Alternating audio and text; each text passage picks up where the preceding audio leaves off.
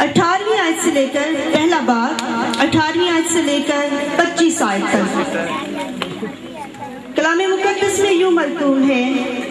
اب یسوع مسیح کی پیدائش اس طرح ہوئی کہ جب اس کی ماں مریم کی منگنی یوسف کے ساتھ ہو گئی تو ان کے اکٹھے ہونے سے پہلے روح القدس کی قدرت سے حاملہ پائی گئی۔ بس اس کے شوہر یوسف نے جو راست باز تھا اور اسے بدنام کرنا نہیں چاہتا تھا، اسے چپکے سے چھوڑ دینے کا ارادہ کیا۔ وہ ان باتوں کو سوچ ہی رہا تھا کہ خداوند کے فرشتہ نے اسے خواب میں دکھائی دے کر کہا، اے یوسف ابن داؤد، اپنی بیوی مریم کو اپنے ہاں لے آنے سے نہ ڈر، کیونکہ جو اس کے پیٹ میں ہے وہ روح القدس کی قدرت سے ہے۔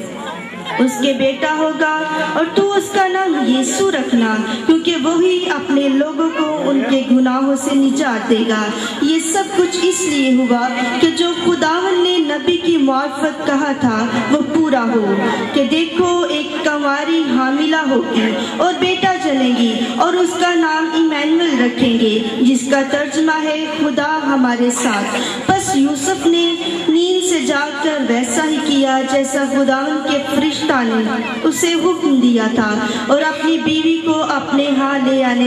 لے آیا، اور اس کو نہ جانا جب تک اس کے بیٹا نہ ہوا، اور اس کا نام یسوع رکھا۔ خداوند کے پاک کلام پڑھے اور اس کے سنے جانے پہ خداوند کی خاص برکت ہو۔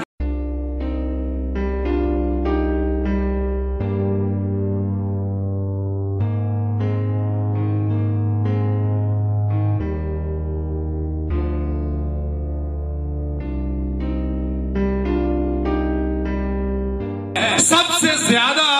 پیشن گوئیاں یا نبوتیں یسوع کی پیدائش سے پہلے صرف یسوع کے بارے میں کی گئی، اور لکھا ہے فرشتہ جبرائیل امین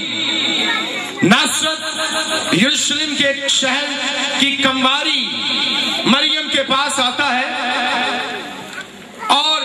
ایک عجیب پیغام اس کو سناتا ہے۔ کنواری ہے اور فرشتہ کہتا ہے تو بیٹا جنے گی، اور کبھی ہسٹری میں ایسا نہیں ہوا کہ بغیر انٹر سیکشول ریلیشن کے کوئی بیٹا یا بیٹی یا اولاد پیدا ہوئی ہو۔ اگر کنواری سے اولاد پیدا ہو تو انڈرسٹوڈ ہے کہ وہ اڈلٹرس ہے، اس نے زناکاری کی ہے۔ لیکن اگر کسی کو مرد چھوئے نہ، کسی کنواری کو مرد ہاتھ بھی نہ لگائے، اور جبرائیل آ کر کہے کہ خدا کا پیغام ہے، سلام ہے مریم، کہ خدا کا فضل تجھ پر ہوا ہے، تو کنواری ہے اور بیٹا جنے گی، اور مریم گھبرا گئی، یہ کیسے ہو سکتا ہے، میں تو کنواری ہوں اور میں مرد کو جانتی نہیں۔ اور عبرانی زبان کے اندر جو کنواری کے لیے اور مقدسہ مریم کی پاکیزگی کے لیے الفاظ استعمال ہوئے ہیں، باکرہ، اور عربی میں بطولہ، اور یونانی میں پارتھینوس، اور مقدسہ سین،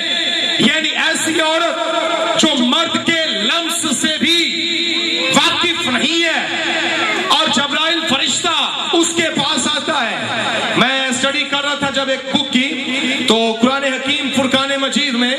سورۃ العمران کی 43ویں آیت میرے سامنے آئی، یہی بالکل آیت وہاں پر ہے، وَأَسْقَالَ الْمَلَائِكَةُ، ایک ملائکہ فرشتہ آیا اور کہا، یا مریم، اے مریم، ان اللہ، کہ خدا تعالی،